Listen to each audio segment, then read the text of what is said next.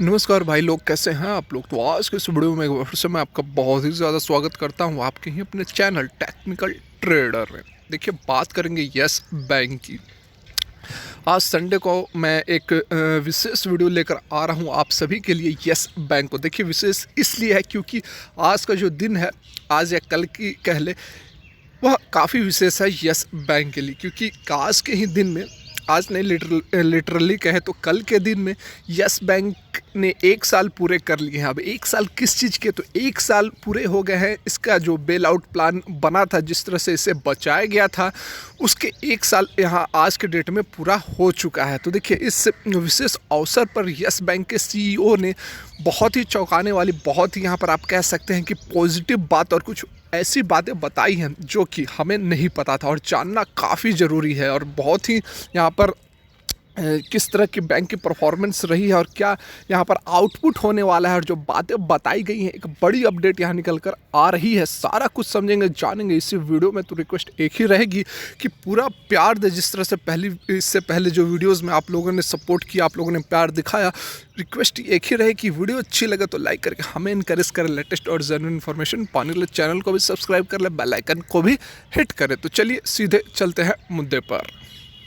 तो यहाँ पर आप देख सकते हैं 1 साल पूरे होने के अवसर पर यहाँ पर सीईओ ने जो इंटरव्यू दिए हैं, किसे दिए हैं, तो ये देख सकते हैं आप, डेक्कन हेराल्ड को दिए हैं। तो ये जो इसका सोर्स है वह डेक्कन हेराल्ड को जाता है। यहाँ पर आप देख सकते हैं डेक्कन हेराल्ड, ठीक है।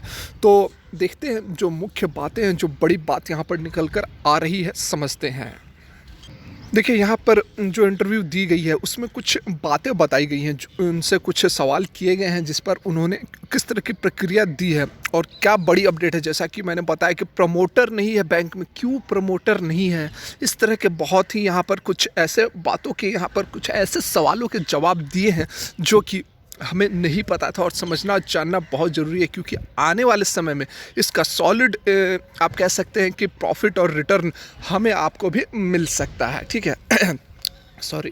तो यहाँ देख सकते हैं कि सबसे जो मुख्य, मतलब सवाल तो काफ़ी पूछे गए, लेकिन जो मुख्य बिंदु हैं, जो मुख्य पॉइंट्स हैं, मैं आप लोग के लिए लेकर आया हूँ। यहाँ पर पूछा गया कि आज, मतलब कि how things different today than they were at a year ago, मतलब कि 1 साल पहले और आज के यस बैंक में क्या अंतर है। तो उन्होंने बताया कि देखिए, पहले 3-4 समस्याएं 1 साल पहले जब मार्च 2020 में बेल आउट प्लान बनाना पड़ा था, तो 3-4 मेजर यहाँ पर मेजर प्रॉब्लम्स बताए जा रहे हैं। जैसा कि उन्होंने बताया था कि गवर्नेंस साइड में एक सीरियस इशू था, उसके साथ में जो बैंक है कैपिटल रेज नहीं कर पा रही थी, wasn't able to raise capital, और भी कुछ सीरियस प्रॉब्लम थे, जैसे कि जो स्ट्रेस एसेट्स थे उसकी पहचान नहीं की जा पा रही थी, जैसे कि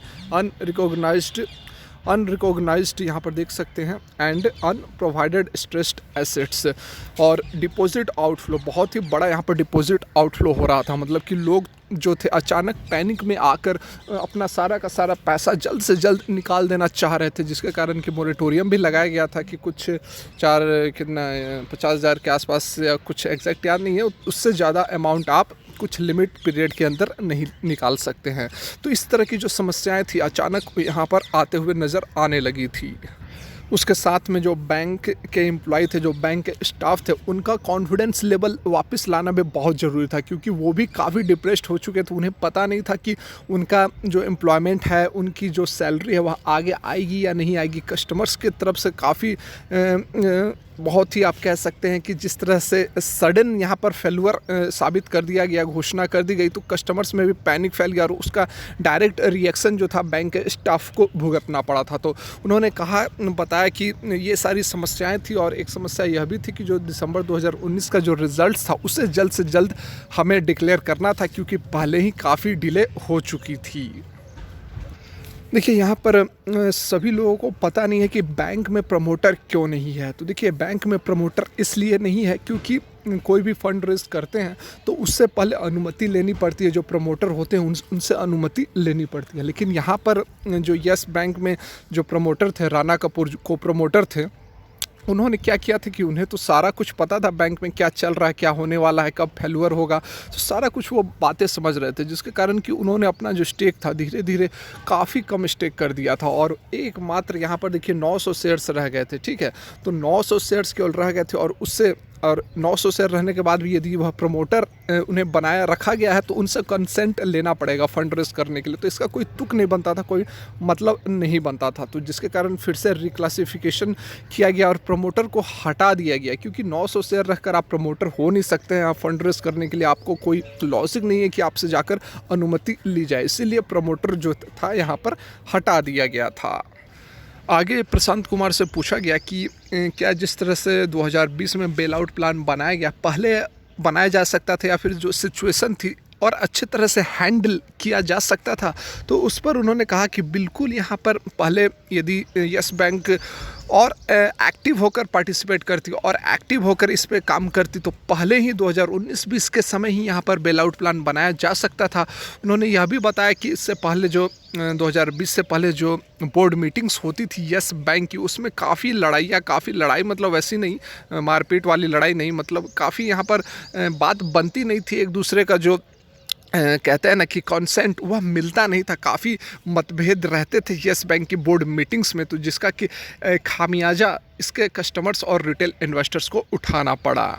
देखिए उसके बाद एक बहुत ही इम्पॉर्टेंट, बहुत ही काम की आपके और हमारे काम की चीज़ पूछी गई कि आप किस तरह से शांत करेंगे, किस तरह से उन्हें मतलब कि रिटेल इन्वेस्टर्स की बात की जा रही है कि रिटेल इन्वेस्टर्स के जो शेयर थे वह काफ़ी इरोड हो गए, मतलब कि कहाँ 100, 150, 200 पर यह ट्रेड करती थी और आज कहाँ 20 रुपये, आज तो 20 रुपये भी नहीं है, 16 रुपये 17 रुपये पर ट्रेड कर रही है। तो आप किस तरह से सांत्वना देंगे, किस तरह से उन्हें सेटिस्फाई करेंगे, तो इस पर उन्होंने जो बातें बताई है वह सुननी चाहिए। जवाब में उन्होंने कहा कि मुझे एक्सपेक्ट है और मुझे लगता है कि हम सभी के पास धैर्य और पैशन होना चाहिए, थोड़ा बहुत तो होना ही चाहिए, क्योंकि बैंक उस समय से गुजर रही थी। एक समय था जब बैंक क्लोज़ होने वाली थी, बंद होने वाली थी, उसके बाद कोविड आ गई। कोविड ने और भी जो स्थिति है वह ख़राब कर दिया। ठीक है, बैंक किसी तरह करके सस्टेन करने की कोशिश कर रही थी, परंतु पिछले 3 क्वार्टर में उन्होंने कहा कि पिछले 3 क्वार्टर में हमने बढ़िया परफॉर्म किया, रिजनेबल बढ़िया प्रॉफिट जनरेट करने में सफल रहे हैं, तो थोड़ा बहुत इंतज़ार आपको करना ही चाहिए।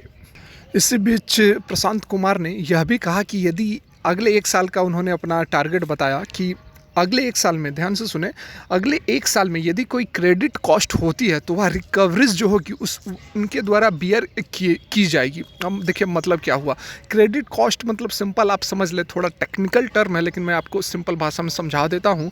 क्रेडिट कॉस्ट मतलब होता है कि जो भी प्रोविजंस रखे जाते हैं, बैंक्स जो प्रोविजंस रखे जाते हैं बुरे समय से निपटने के लिए, बुरे समय में किसी तरह बैंक को रन करने के लिए ताकि कोई समस्या ना हो, तो जो प्रोविजंस रखे जाते हैं उसका रेशियो और टोटल जो लोन्स होते हैं उसका रेशियो, ठीक है, इन दोनों का रेशियो को क्रेडिट कॉस्ट कहते हैं।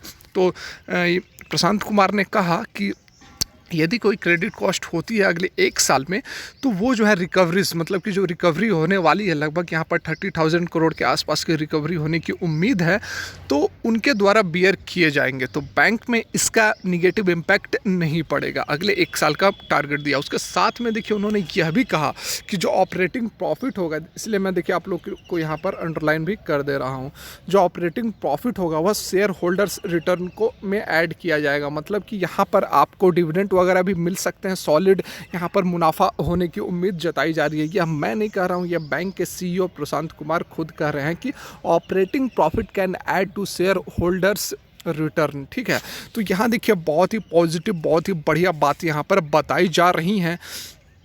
आने वाले समय में बढ़िया इम्पैक्ट, अच्छा इम्पैक्ट यस बैंक पर पड़ते हुए हमें दिखना चाहिए। तो देखिए बहुत ही अच्छी, बहुत ही पॉजिटिव बात यहाँ पर यस बैंक के CEO ने बताया है 1 साल पूरे होने के अवसर पे। तो उम्मीद यही की जा सकती है कि बहुत ही जल्द हमारा जो टारगेट है वह देखने को मिलेगा। आपसे रिक्वेस्ट एक ही रहे कि वीडियो अच्छी लगी तो थम्स अप जरूर करें। वीडियो देखने के लिए बहुत बहुत धन्यवाद। भगवान करे आपका दिन मंगलमय हो।